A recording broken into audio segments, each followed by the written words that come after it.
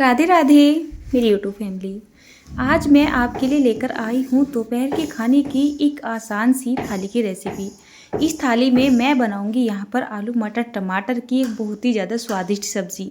मेरे घर में आलू का खाना बहुत ज़्यादा पसंद किया जाता है और आलू टमाटर तो मेरे घर में सभी के बहुत ज़्यादा फेवरेट हैं।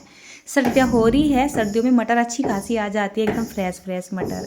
तो चलिए आज आलू मटर टमाटर की एक यूनिक सी सब्ज़ी बनाते हैं और साथ में आपको बाजरे की रोटी की रेसिपी भी देती हूँ। कुछ कमेंट्स आ रहे थे। तो अभी लगभग में टाइम हो रहा है ऐसा कोई 10 से 11 बजे का। तो सबसे पहले मैं ऊपर आ चुकी हूँ और अब धीरे धीरे ना धूप भी निकलती जा रही है।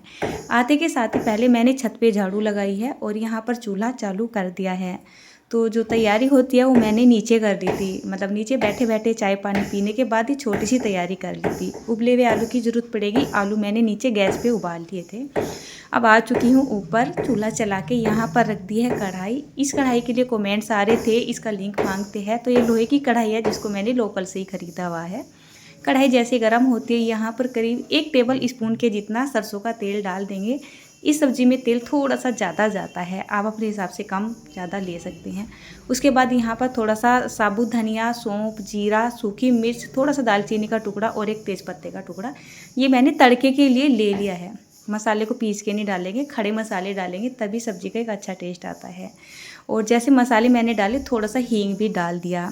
यहाँ पर मैं ले रही हूँ पिसे हुए मसाले में, जैसे कि नमक है, मिर्च है, कसूरी मेथी है, हल्दी है, धनिया पाउडर है, गरम मसाला है और काश्मीरी लाल मिर्च पाउडर है। बस यही मसाले ले रही हूँ। तो नीचे से ही प्लेट में करके लेके आ गई थी। इतने ही मसाले जाएंगे, इससे ज़्यादा मसाले नहीं जाएंगे। तो इन मसालों को हमें क्या करना है, जैसे हमारा तड़का अच्छे से भुन सा जाएगा, ये मसाले हम यहाँ पर डाल देंगे। कभी कभी जब हम स्पेशल वे में सब्ज़ी बनाते हैं तो मसालों को यहाँ पर भूनते हैं, नहीं तो नॉर्मली सब्ज़ी में टमाटर डालने के बाद मसाले डालते हैं। इस तरीके से जब मसालों को भुना जाता है तो सब्ज़ी की जो रंगत होती है एक अलग ही होती है और टेस्ट भी एकदम यूनिक होता है।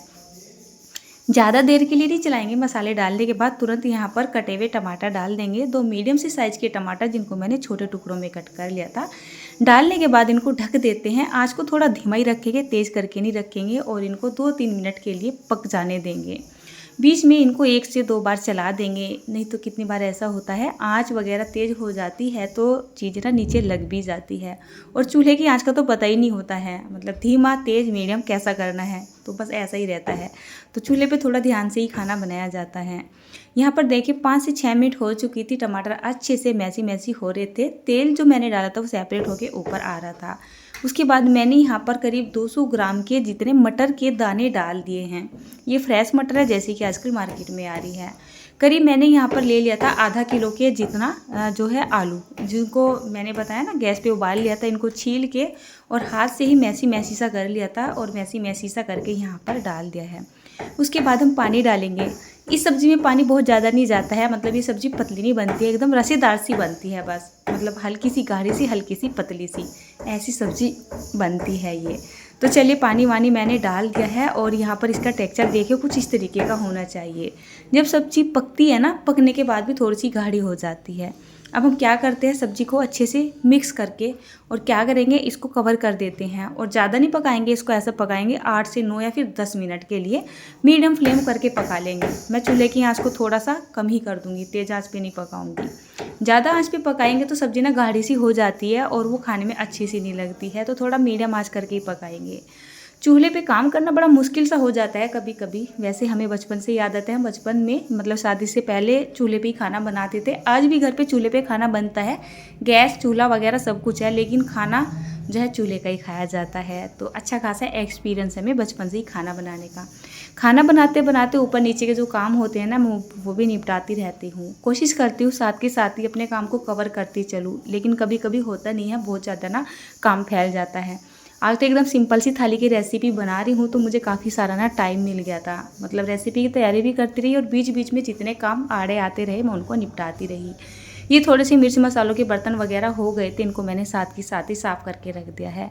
खाना खाने के बाद बहुत सारे बर्तन हो जाते हैं और फिर ये भी हो जाते हैं तो बहुत ही ज़्यादा हो जाते हैं। मुझे थोड़ी सी घबराहट होने लगती है फिर काम को देख के, बहुत ज़्यादा सा हो जाता है ना। तो नीचे खाना बनाती हूँ तो किचन में सिंक में सारा काम हो जाता है, लेकिन यहाँ पर मुझे इस तरीके से बैठ के ही बर्तनों को साफ़ करना होता है। यहाँ पे सुविधाएं तो नहीं है, केवल खाली छत ही छत है ऊपर। ठीक है। थोड़ा बहुत सामान मैंने ऊपर ही लाके रखा हुआ है, बस यहीं पे ढक के रख देती हूँ क्योंकि दोपहर का खाना यहीं बनाती हूँ ना, तो यहीं पे छोड़ा हुआ है। थोड़ा सा मिर्च मसाले, ज़्यादा नहीं है, थोड़ा ही।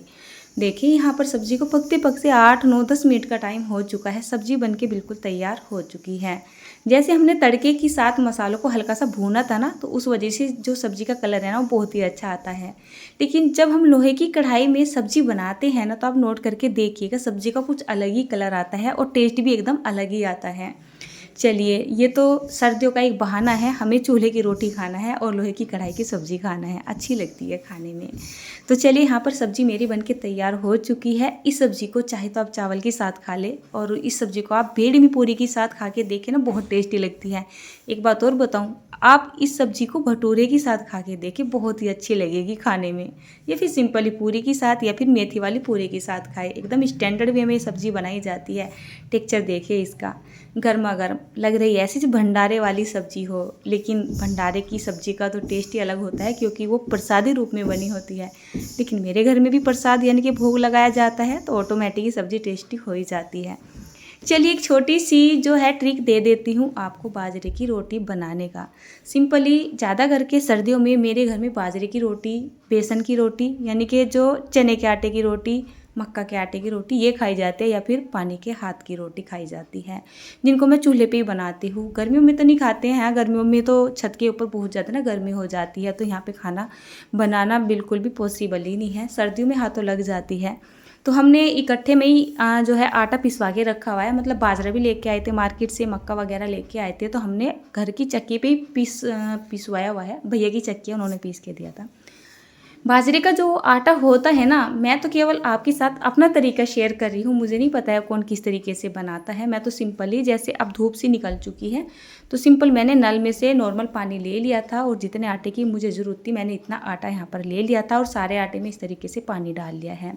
लेकिन जब हम इसकी रोटी बनाते हैं ना, मतलब पानी डाल के इकट्ठा तो हमने सारे आटे को एक ही साथ कर लिया है। लेकिन हम जितने आटे की रोटी बनाएंगे, यानी एक एक दो दो रोटी का आटा हम इस तरीके से बढ़िया तरीके से, मतलब मसलते हुए उसको एकदम सॉफ्ट सा बना लेंगे। ऐसा नहीं है कि इसको ऐसे ही उठा के और बनाना शुरू कर दिया, बनती नहीं है, फट जाती है। थोड़ा सा क्या करना है, आपको आटे के साथ मेहनत करनी है। एक साथ जैसे आटा बना के आपने साइड में लगा लिया, फिर इसमें से थोड़ा थोड़ा सा आटा लेते रहेंगे और इसको अच्छे से मसलते रहेंगे और सॉफ्ट बनाते रहेंगे। और फिर इस तरीके से हल्का सा पानी का हाथ लगाते हुए थोड़ा सा आराम आराम से रोटी को इस तरीके से थपकी देते रहेंगे। अगर आप चकली बेलन से बनाना चाहते हो ना, तो रोटी खाने में इतनी टेस्टी नहीं लगेगी, क्योंकि उस पर सूखा आटा लगाया जाता है। इस तरीके से बना के देखिए, बन जाएगी। 2-4 बार हो सकता है फटे, आड़ी टेढ़ी बने, उल्टी सीधी बने, लेकिन जब आप बनाने लगोगे ना तो बन जाएगी। मीडियम सा जब तवा गर्म हो जाएगा, इसको डाल देते हैं और थोड़ी देर के लिए पड़ी रहने देते हैं, ताकि रोटी अपने आप से तवे को छोड़ दे। और फिर इसको पलट देते हैं। पलटने के बाद फिर थोड़ी सी देर के लिए पड़ी रहने देते हैं, और फिर इसको उठा के अच्छे से सेक सा लेते हैं। यानी कि जो इसकी एक साइड होती है ना, लगभग में 70-60% ना सीख जानी चाहिए, और उसके बाद इस तरीके से चूल्हे में खड़े कर दिया जाता है, और साथ के साथ एक रोटी तवे के ऊपर डाली जाती है। नॉर्मली हमें आदत है बचपन से, जैसे हम रोटियां बनाते थे, एक रोटी तैयार ही रहती है एक तरीके से, परात में, एक तवे पे और एक हमारे चूल्हे में, 3 रोटियां बराबर में मतलब चलती रहती है, ऐसा कुछ रहता है। बस इसको क्या करना है, हमें आँच को भी धीमा सा ही रखना है जब इन रोटियों को सेकना है। और आपको दिखाऊं तो ये पहल की ही रोटी है, और एकदम गोल गोल और फूली फूली बनी है। बन सकती है बाजरे की रोटी, चकले बेलन की तो इतनी टेस्टी रोटी बनी नहीं सकती जितनी टेस्टी रोटी हाथ से बनती है। तो चलिए, 2 रोटी बनाइए, बाकी रोटी जब बनाऊंगी खाने वाले बैठ जाएंगे। यहाँ पर थाली लगा देती हूँ।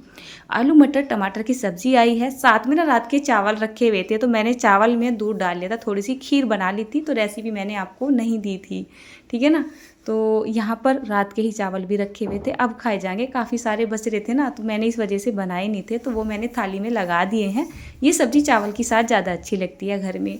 मूली का अचार भी रख दिया है, इस अचार को मैंने घर में बनाया हुआ है, इसकी रेसिपी आपको दे दी है। साथ में बाजरे की रोटी और अपनी हरी मिर्च। तो ये आ गई है हमारी एकदम सिंपल सी देसी सी खाने की शुद्ध सात्विक थाली, बहुत अच्छी लगती है खाने में। तो मैं उम्मीद करूँगी आज की ये दोपहर की खाने की थाली आपको पसंद आई हो। तो इसको लाइक करना, और हाँ, चैनल को सब्सक्राइब ज़रूर कर दें।